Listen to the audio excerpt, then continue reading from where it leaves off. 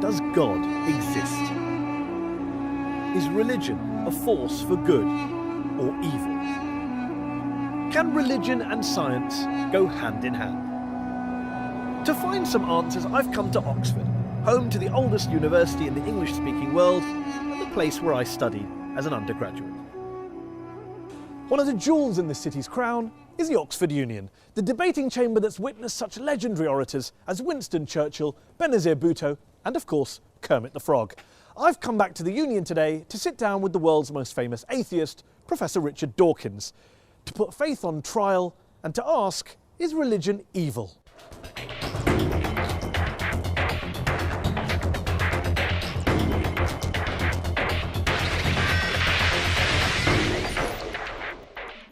Muslims riot in protest against a truly awful film demonising Islam. Dozens are killed. The Quran, if found guilty, can be burned. A Christian pastor in Florida tries to burn a copy of the Quran and ignites global pandemonium. Even Buddhists are at it, attacking the Muslim minority Rohingyas in Western Burma. And of course, the conflicts plaguing the modern Middle East are often blamed on ancient hatreds between the children of Abraham. Remember 9/11? Was this religiously inspired terrorism? Thousands died. Yet here's the thing. Societies without faith haven't fared much better. Communism banned all religions, as Joseph Stalin and Mao Zedong systematically slaughtered millions of their own countrymen. Is science any better? Since Galileo and Darwin, scientists have sought to stamp out ignorance and unravel the mysteries of the universe. But science has also poisoned the environment, unleashed killing on an industrial scale, and now threatens our entire planet. My guest today, however, stands firmly on the side of science and has provoked controversy with his attacks on religion. Ladies and gentlemen, Professor Richard Dawkins. One of the most prolific thinkers of his generation, he shot to fame in the 1970s with his research into genetics, and his book, The Selfish Gene, transformed evolutionary biology. His most famous work, The God Delusion, sold millions of copies and has been translated into more than 30 languages. Richard, thanks so much for joining us here on Al Jazeera.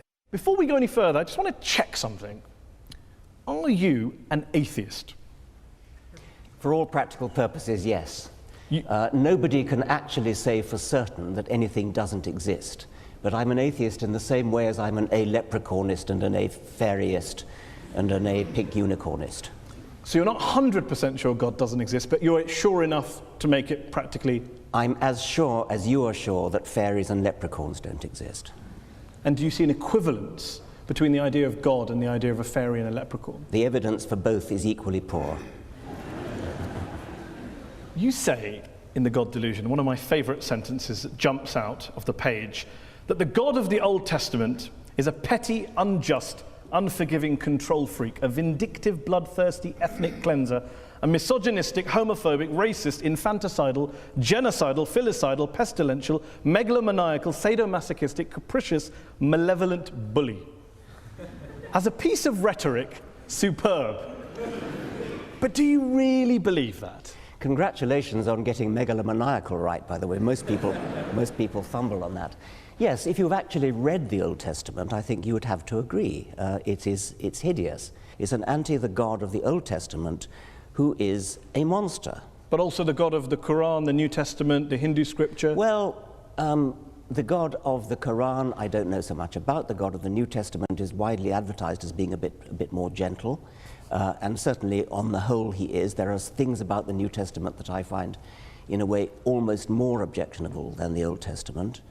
But the sheer horror of the character, I said he was the most unpleasant character in all fiction, because I regard it as fiction, of course. And yes, he is. I mean, he's jealous, he's vindictive, he's callous, he's cruel. And yet this is a God that is worshipped by, loved by, adored by, well, followed by millions, billions of people. I hope not. I hope that the God that is adored by millions of people is a grown-up kind of God who is no longer... I hope that most people who... The kind of people I would like to know who worship and admire him regard those stories as not literally true. Now, there are some who do regard them as literally true, and I suspect they either haven't read the Old Testament or they're not the kind of people I would wish to know, because you do not want to worship a character like that. By all means, worship some kind of great spirit of the universe, some kind of creative intelligence who created the universe, but don't worship this vile, vindictive monster of the Old Testament. Why throw around these sweeping statements about religion? Not the God of the Old Testament, but religion itself being evil. I mean, do you believe religion is evil? No. But you say plenty of times in this book that religion is evil. You said in a speech famously that I think a case can be made that faith is one of the world's great evils, comparable to the smallpox virus, but harder to eradicate. I do think that, yes.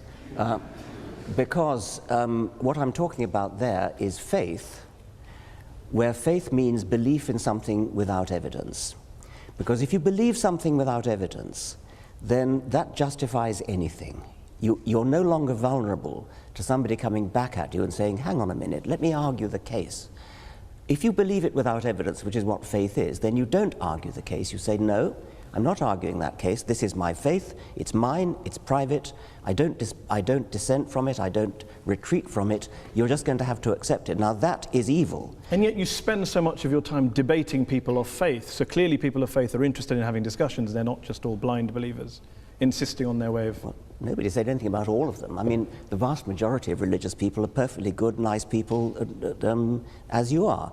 There's no suggestion I've ever made that all religious people are evil. Of course not.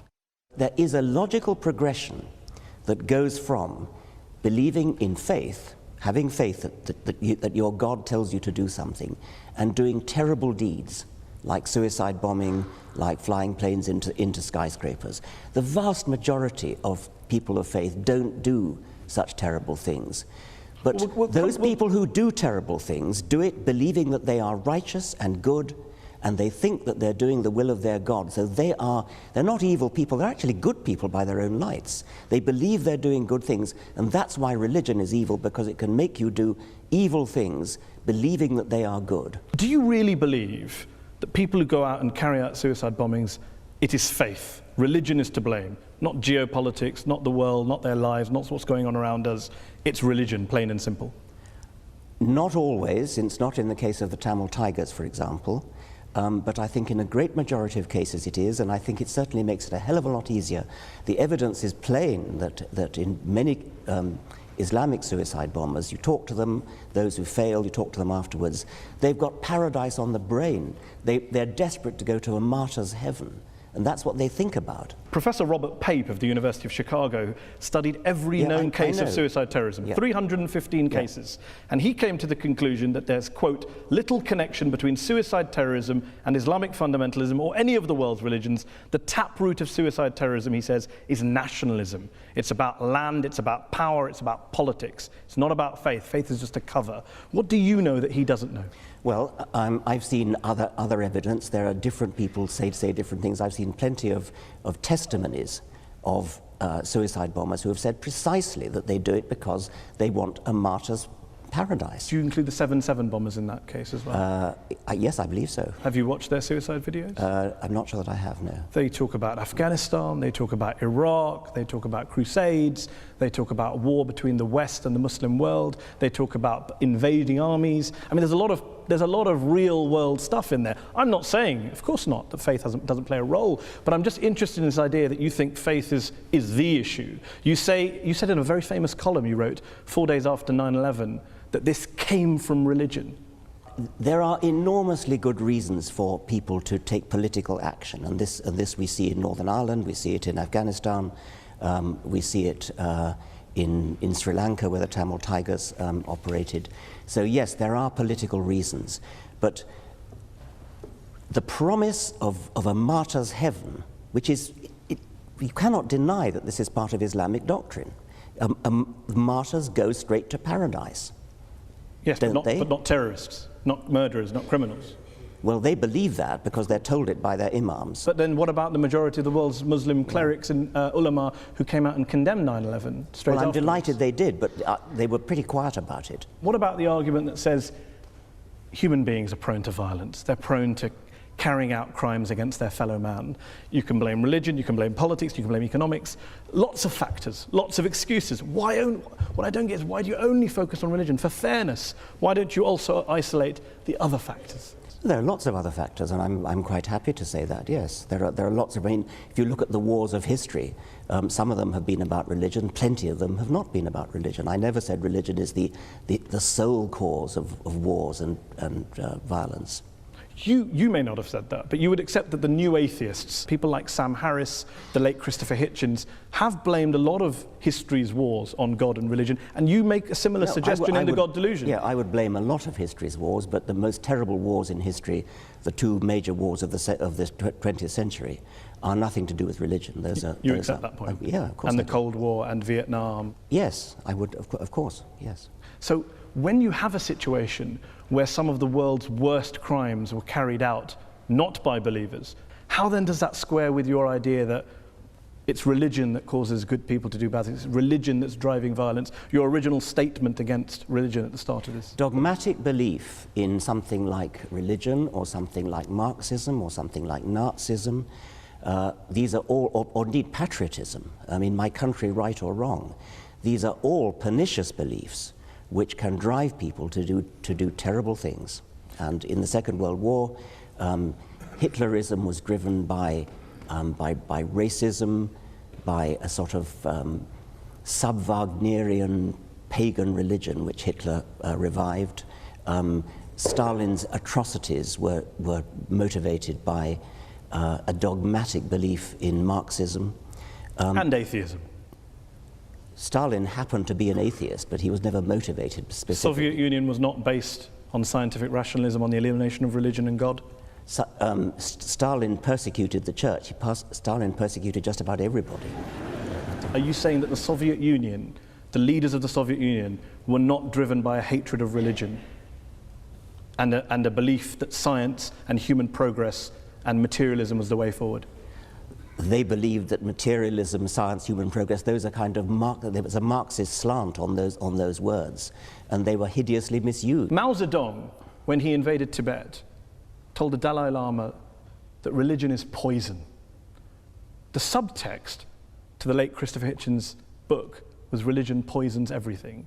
Can you blame people of religion for saying, hold on, we've heard these ideas before, that religion poisons everything and it leads in one direction? It's an incidental fact that Mao Zedong and Stalin happened to be atheists. They incidental, were not it wasn't core to communism. I think it was not core to communism, no. So when Karl Marx was talking about religion being the opiate of the masses, that was just a throwaway line? Yeah, I mean, that was an out of context statement. I mean, what on earth do you think that's got to do with atheism? I don't know. Let me put a statement in context to you. Albania, one of the world's worst dictatorships, tyrannies that we've seen in the last 100 years. Article 37 of Albania's communist constitution declared, quote, "The state recognizes no religion and supports atheistic propaganda in order to implant a scientific, materialistic world outlook in people." What do you think you're saying? I mean, that's an appalling thing to say. Of course it is.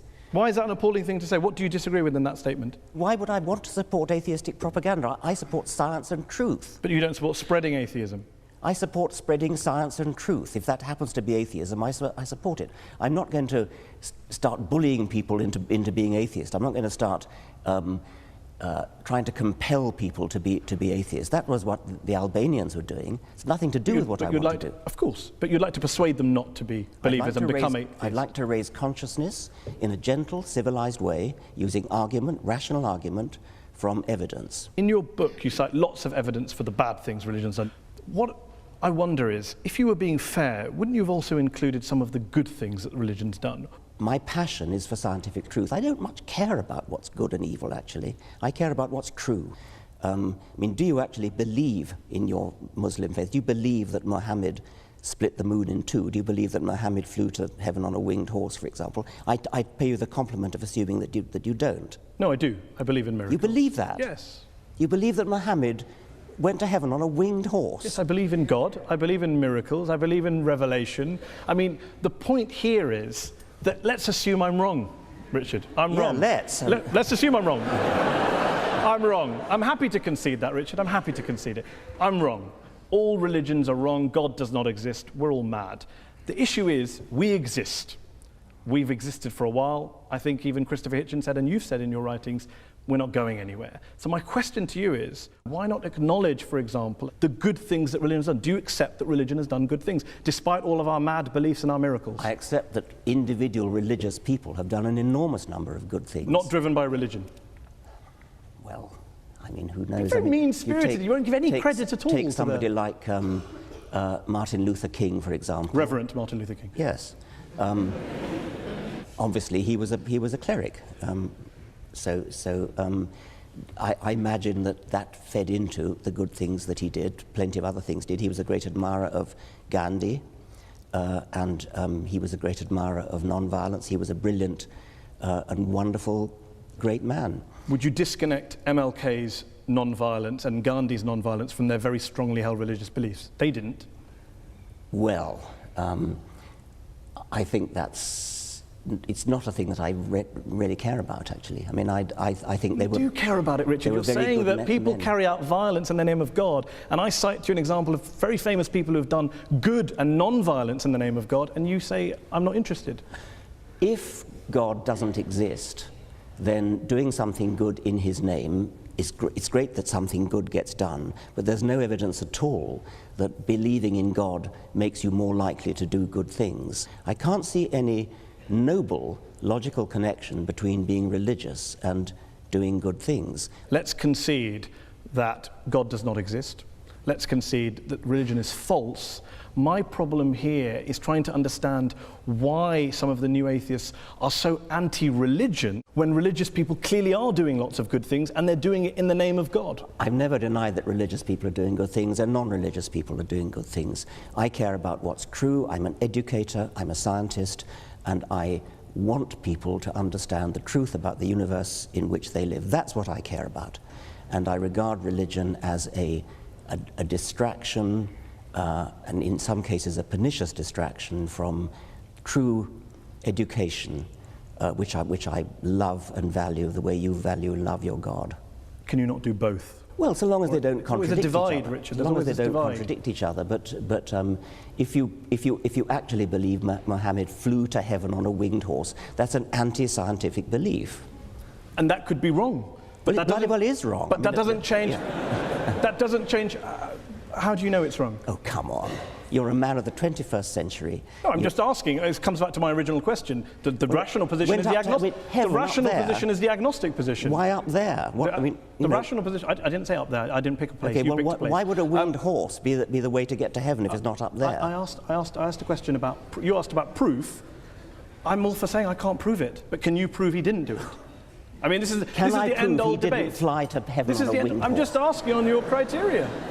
I'm just asking on No, I can't prove it, and I can't prove it wasn't a golden unicorn. But I'm fascinated that you're rather talk about what animals the Prophet may or may not have used 1400 years ago, rather than talk about what Muslims or Islam is doing in the world today, good or bad. Well, that seems to be the distraction. If anyone's distracted, it seems to be you. Well, that's your view. I'm fascinated by how somebody, a respected, sophisticated journalist in the 21st century, can believe that a prophet flew to heaven on a winged horse. Let me ask you this. Are all people who hold beliefs in God and in miracles and the supernatural, do you regard them all as intellectually inferior to you? I regard those beliefs as intellectual nonsense. I don't regard the individuals as intellectually inferior to me, because many of them palpably are not. If you go back in history, then all bets are off, because before Darwin, for example, it is not at all surprising that before Darwin people believed in all kinds of things which they wouldn't believe in now. There are many people, many scientists today who say they're religious. And if you actually ask them what they believe, in many cases it turns out what they believe is in some sort of deistic God, some sort of intellectual spirit, some sort of creative intelligence that lay at the root of the universe, perhaps invented the laws of physics, something like that. I don't agree with this book, but it's an excellent book, very well argued. You're very passionate, clearly. There's one section in the book where you talk about bringing up children. Oh, yes. And you talked about education. You talk about a story when you tell a story about being in Ireland and talking about the Catholic child abuse scandal. And there's one quote on page 356, which I will read out to you. "Horrible as sexual abuse no doubt was, the damage was arguably less than the long-term psychological damage inflicted by bringing the child up Catholic in the first place." You believe that being brought up as a Catholic is worse than being abused by a priest? There are shades of being abused by a priest, and I quoted the example of a woman in America who wrote to me saying that when she was 7 years old, she was sexually abused by a priest in his car, and at the same time, a friend of hers, who also 7, who was Protestant, or was of Protestant family, I should say, died. And she was told that because her friend was Protestant, she had gone to hell and would be roasting in hell forever. And she told me that of those 2 abuses, she got over the physical abuse. It was yucky, but she got over it. But the mental abuse of being told about hell, she took years to get over. And with respect, Richard, you're an empiricist, you're a rationalist. One letter from one woman in America isn't really but the basis to extrapolate and make such a sweeping conclusion. That is, of course, true. And I'm not basing it on that. It seems to me that telling children such that they really, really believe that people who sin are going to go to hell and roast forever, that your skin grows again when it peels off with burning. It seems to me to be intuitively entirely reasonable that that is a worse form of child abuse, that will give more nightmares, that will give more genuine distress, because they really believe it. If they don't believe it, it's not a problem, of course. You also say... Let me just... I mean, I've been put on the spot about this health fire thing. We haven't really been put on the spot. In what sense have you been put on the spot? Well, I sense that you think it's somehow obvious that having a priest, if you're a small girl, having a priest put his hand... I would be very interested in asking the audience whether being told about heaven and hell as a child, being brought up as Catholic, is worse than being abused by a priest. Okay. Let's have a show of hands. Okay. Is it worse to be abused by a priest? And if you believe it's worse for a priest to abuse a child than to bring up your child Catholic, raise your hands. Are they both as bad as each other? Raise your hands. So we have a three-way split in the audience. Let's finish this section with one last related subject on this question, a personal question from me. You talk about how to teach children that there is one God, or that God created the world in 6 days, that is child abuse. To even teach your children religion is child abuse. So, I have a daughter. I teach her about Islam and the horse. Am I guilty of child abuse? Do you teach her the world was created in 6 days? No, because Islam doesn't teach that, Richard. I'm delighted to hear that. I ask again, am I guilty of child abuse for teaching my child stories from the Quran? No, yes you or are no? Not. No. Good to know. Yeah. We are going to talk more about science, and we're going to go back to the audience to ask some questions to Professor Dawkins in part 2. We'll be back after the break.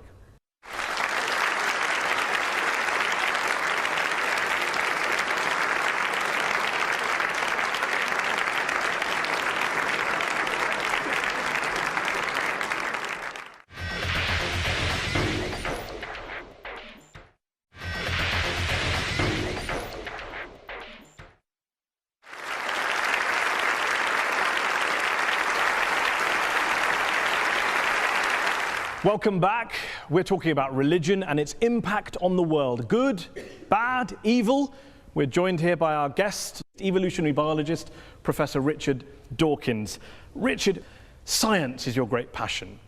And you're a great believer in science. You're an evangelist for science, a promoter and defender of science.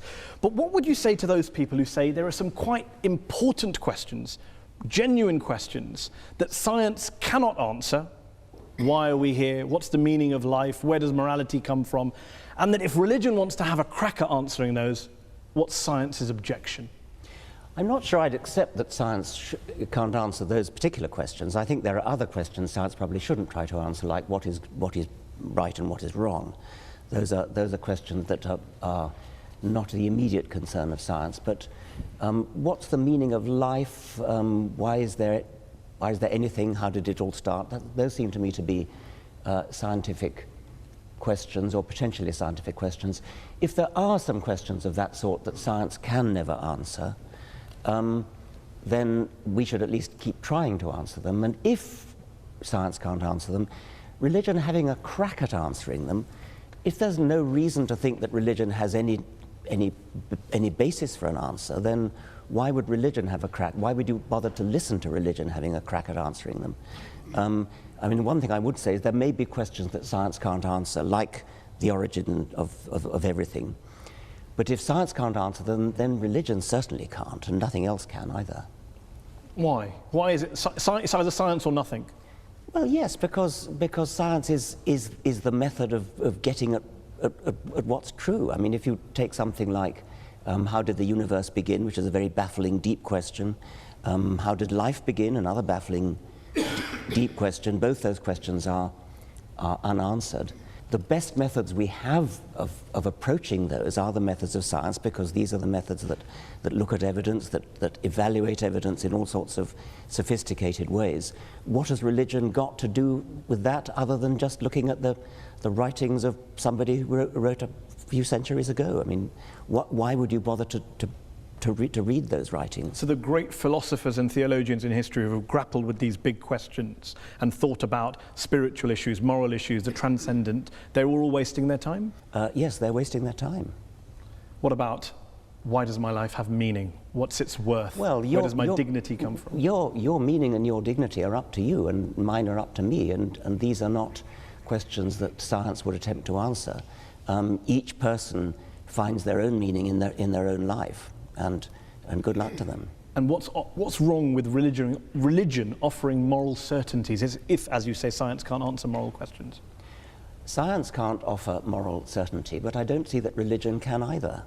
You don't think that the religious values we have today, the moral codes we live by today, were originally derived from Judeo-Christian values, Islamic values, Hindu values? Not really, no. I mean, things like the Golden Rule, things like treat others as you would wish to be treated yourself. These are ancient values which crop up all over the world. They've been adopted by many religions. You can find justifications for them in moral philosophy. You can find justifications for them in evolutionary biology, which is my own subject. I don't seriously think you're going to base your morality on religion, because if you do, then you've got to say, well, do I base it on Scripture? I hope you don't base it on Scripture, because if you do, then you're going to have some pretty horrible values unless you deliberately cut out those parts of Scripture which are unacceptable to modern morality. Do you believe science is omnipotent, that it can answer all questions? I've already said no. I've already said it can't answer moral questions. But questions about the real world, questions about reality, questions about the origins of things, why life is the way it is, why the world is the way it is, why the universe is the way it is, yes, science is the way to answer that. Some of your critics have argued that you are willing to hold religion up to a very, put it under the microscope, hold it to account, scrutinize it, criticize it. You don't do the same to science or scientists or some of the bad things that have come out of science. Well, bad things that come out of science, if by that you mean horrible weapons. Nuclear weapons, gas chambers, eugenics. Weapons, yeah. These are terrible things which are technology that arises out of science, and it's certainly true that if you want to do terrible things with technology, with terrible weapons, for example, science is the best way to do it, because science is the best way to do anything. And even bad things. Even bad things. I mean, that's right. If you want to develop a terrible weapon, you're not going to do it in any other way than by science. The trick is not to want to develop a terrible weapon, and that's a political decision. And you do not see science and religion as occupying two different compartments that can live side by side. They are in conflict with one another. Insofar as religion attempts to talk about reality and has an alternative vision of reality, I think they are incompatible, yes. Despite the fact, as we discussed earlier, many of our leading scientists are believers? I think it's baffling. I mean, what they in practice do is they leave their religion at the door when they go into the lab. And so they get on with their science. They say they don't. Well, I know they do, but, well, okay. Isn't it because religion answers all sorts of human needs and spiritual urges which science never can? Isn't that the real issue that you can't get away from? Religion may answer human needs. I mean, for example, if you're terrified of dying, religion may answer the need for comfort and consolation. Or if you miss a loved one who's died and you hope to see them one day in heaven, then religion answers a need. It doesn't make it true. And one last thing, and then we'll go to the audience. What do you say to those people who say, you talk a great deal about the power of science, the truth of science. You have people like Sam Harris who say morality can be determined by science. You have quite charismatic, forceful people going around the world proselytizing on behalf of science, that science is actually the new religion that you guys are pitching. I wouldn't say it's a new religion. I mean, it certainly does some of the things that religion traditionally has tried to do, like to answer the deep questions of existence. And it does that, and it does it successfully in a way that religion never has. But it isn't a religion because it's not based upon any holy books, it's not based upon faith, it's not based upon revelation, it's not based upon tradition, it's based upon evidence, and there's a huge difference. And anything that we do not have evidence for that's not scientifically testable, you would dismiss? Well, scientifically testable is putting the bar rather highly, but I do think that evidence is the only good reason to believe anything, yes. So love, beauty, aesthetics, metaphysics? No, I mean, those are obviously important questions. And if you ask some question like, how do you know that your wife loves you? It's from evidence. I mean, it's not scientifically testable evidence, but it's evidence. It's little looks in the eye, it's little catches in the voice. I mean, that is evidence. That's not just internal revelation. Okay, let's open it up to the audience. We've been talking about God, evil, war, terrorism, bringing up your children, living a good life, religion and happiness, science versus religion. Who would like to answer the first question? Yes, you? If the Almighty God appears suddenly on the cloud or on the earth or part of the universe, what is your reaction? Are you going to believe or are you going to go against him? What would it take for you to believe in God, not just miracles? Yeah, I mean, popping his head through the clouds. Yeah, that's the thing I've worried about a lot. Obviously, it would do wonders for the book. the reason I worry about it is that obviously, as a scientist, I'm committed to the view that I would change my mind if evidence came along. And so it's a very important question, what would that evidence look like? And I've talked about it with my colleagues a great deal. I used to think, yes, if there was a great deep Paul Robeson voice coming out of the clouds saying, I exist, and then yes, obviously I would believe it. But have you ever seen a really, really good conjuring trick? There are things that I've seen done that it seems to me to be, God, that's got to be a miracle. And yet you know it's not. And so there is a real problem there that we are easily fooled. Let's take another question from gentleman here. Very interesting guy. I was extremely amused when you described faith as sort of brooking no argument. This university, of course, began with the study of theology. Most of the people here would have been studying theology at the beginning of the university, and indeed the way in which it was taught was not professorial. You didn't have lectures mostly. Mostly you had discussions, debates. People didn't write monographs, they collected discussions, notes of discussions. People disagreed about their faith. Absolutely, I mean, everybody had a different opinion and everybody expressed it and everybody was heard. What's the question? The idea that, so the question is, do you really think that your view of faith brooking no argument measures up to really any experience of how people think about their faith? You talked about the evidence that your wife loves you. I think for most religious people, the evidence that there's a God is rather like that. Well, obviously, I would be mad to suggest that that theologians don't argue. They argue all the time and always have. They fight wars over their arguments. So clearly they argue. I'd say, when I say brook no argument, I don't mean that they don't argue. When you say that theologians have disputes and interesting discussions, I take it that from your garb, you take a position one way or the other on whether the transubstantiation, whether the bread and wine really is the body and blood of a first century Jew, or is merely symbolic. But what evidence you bring to bear on such an argument, I cannot imagine. It would not be a real argument at all. It would be a false argument. It would not be an argument which could be settled by real evidence.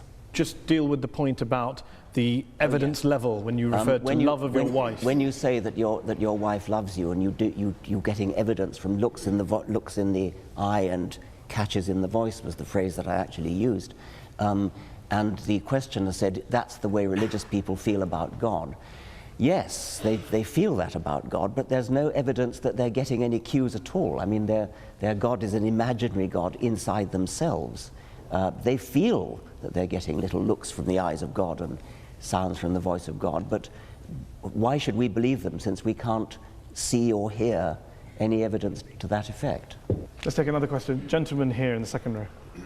With regards to religion, you've given an example where the Islamic faith and the Muslims basically, they wrap themselves up in bombs because that's what they believe is an Islamic faith. But I disagree with you, because there are more than 1 billion Muslims living in the world today who actually believe in the Quran and the scripture, which you said if everybody started believing in the scripture, then that would be horrible. But I disagree with you, because more than 1 billion people, 1 billion Muslims believe that if you kill one innocent person, it's as you've killed the entire humanity. So today humanity is about 7 billion people. So more than 1 billion Muslims do not strap themselves up and actually go and commit suicides. The problem with many scriptures, and I think the Quran is no exception, is that you can find a verse that says so-and-so, and you find another verse that says the opposite, and so you have to pick and choose. I mean, is it not the case, for example... You always choose the bad ones.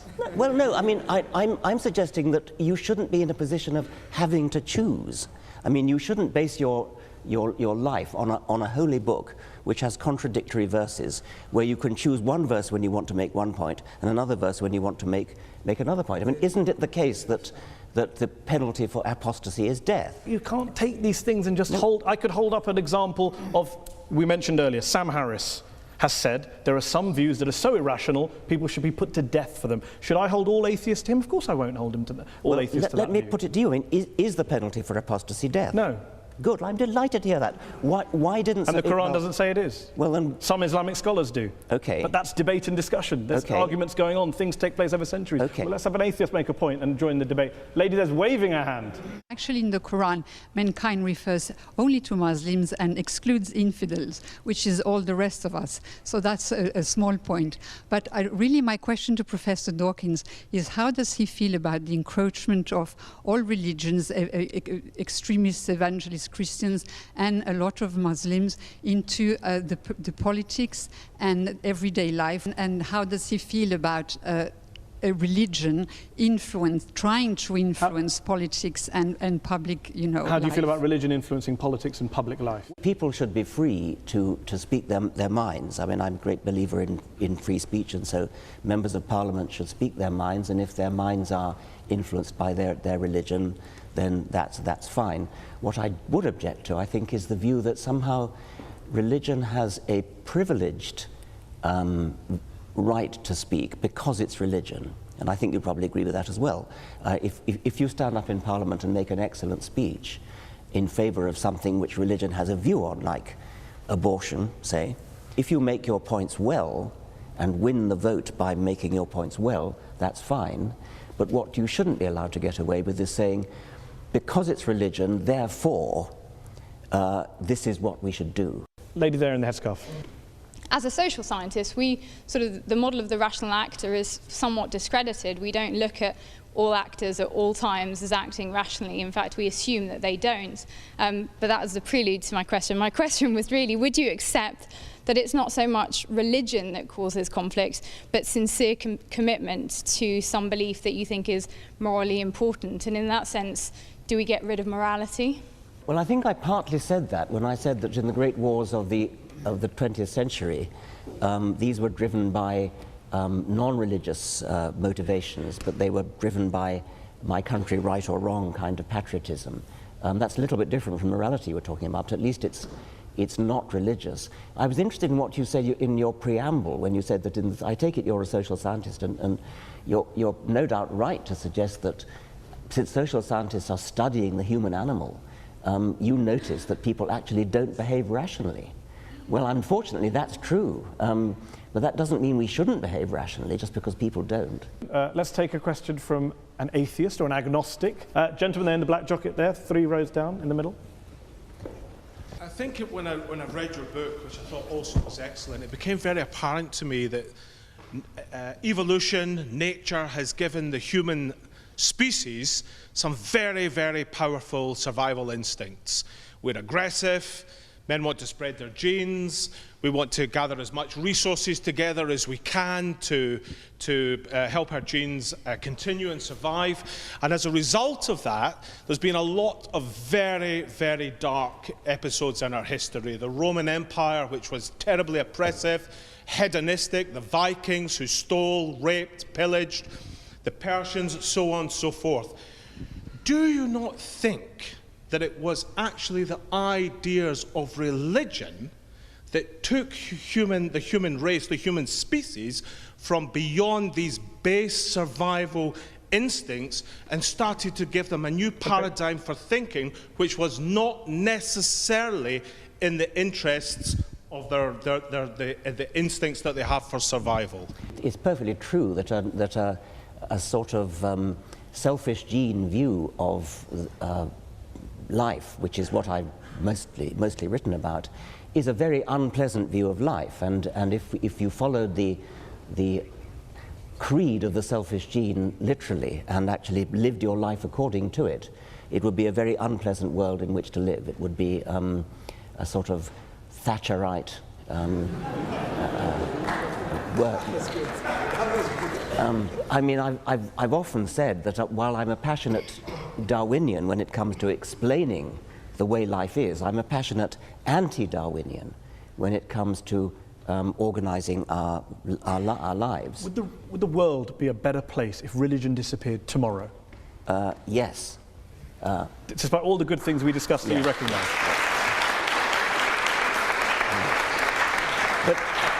But you'd still have the Nazi Holocaust, the communism, you wouldn't have the charities, that's fine. You would have the charities, but I mean, it's only your assumption. But I want to finish because the question actually challenged me by saying that it was religion that helped us to escape from the unpleasantness of the selfish gene. I don't actually think that is true. I think that we have escaped by a long and slow process of civilization in which religion no doubt played a part. If you look historically over the very long time span of history, we're getting better, we're getting nicer, we're getting more charitable, we're getting kinder, getting less cruel. I wouldn't give religion the credit for that. I think I would give a much more complicated mixture of civilizing processes the credit for it, and religion is probably a part of that. Okay, let's take one last question. Gentleman there in the blue jumper. And we're going to have to make this the last question. Professor Dawkins, as an atheist, is it not the case that you either believe in the universe just popping into existence without a cause, which is worse than hocus pocus, or in this thing called the multiverse, which has as much independent empirical evidence as Hades controlling the underworld? Right. The phraseology you use is somewhat biased, somewhat slanted. The universe popping into existence out of nothing. The multiverse theory is used in this context to explain the fact that some physicists believe that the physical constants are too finely adjusted. It's as though it's a put-up job. It looks as though the physical constants are so finely adjusted that if you change any one of them, then the universe would collapse. And I started to say that. Yes. Now, the multiverse hypothesis is a kind of Darwinian way of solving that problem. It says there are billions and billions of universes, all of which have different settings of their fundamental constants. A tiny minority of those billions and billions of universes have their constants set in such a way as to give rise to a universe which lasts long enough to give rise to galaxies, stars, planets, chemistry, and hence the process of evolution. But do you understand, it does make me chuckle that you mock me for believing in a prophet that flies into a heaven, but you believe in lots and lots of universes that you can't show me, prove to me, test to me in a lab, as a basis of getting out of believing in a God and a prophet. I'm astonished that you should compare the two. I'm comparing the lack of evidence for the two. Well, you cannot use your own intuitive common sense in order to diss physics. I mean, if you could do that, we wouldn't need physicists. I mean, they are very sophisticated people, they do mathematics. But there are physicists like Paul Davies who have dissed the multiverse theory as being nonsense. Well, Paul Davies would rather take the view that there's something mysterious in the origin of the universe, and that's another perfectly respectable physicist's view. Steven Weinberg, the Nobel Prize-winning physicist. It's respectable if a physicist holds a view about mystery in the universe, but not if anyone else holds it. If we're talking about the origin of the universe, that is a problem in physics, yes. Let's end with a couple of quick questions. If, as Christopher Hitchens, the late Christopher Hitchens wrote, religion is ineradicable, and as you put it, harder to get rid of than smallpox, doesn't this basically mean that whatever motivations you have, no matter how passionately you're driven and love for the truth, you are essentially wasting your time? I would never admit to wasting my time trying to propagate the truth, and I think I can claim a modicum of success with the people that I've read my books, the people who've attended my lectures. It's a doctrine of despair to say that we're stuck with religion for all eternity. The religions of ancient Greece and ancient Rome and the Vikings are all dead. Nobody believes in Jupiter or Thor anymore. And I have great hopes that the same is going to be true of the God of Abraham. And one last thing, there's a new book out from one of this country's well-known philosophers called Religion for Atheists, which makes the case that no matter how false religion is, no matter how imaginary God may be, there are some lessons, there are some institutions, there are some values that atheists could usefully borrow. I've heard that argument put. I've heard people say that that humans do need some sort of rituals, and they need some sort of gathering places, meeting places. I can sort of see that. It's not a thing that interests me very much. I don't feel any great need for ritual. I don't feel any great need to fill the alleged vacuum that'll be left when religion goes. I think there's plenty to fill it already. It's been a fantastic discussion. It's a pleasure to have had you here on Al Jazeera. Thank you all to the audience here in the Oxford Union Chamber. And thanks to you all at home for watching. Goodbye, and dare I say, God bless.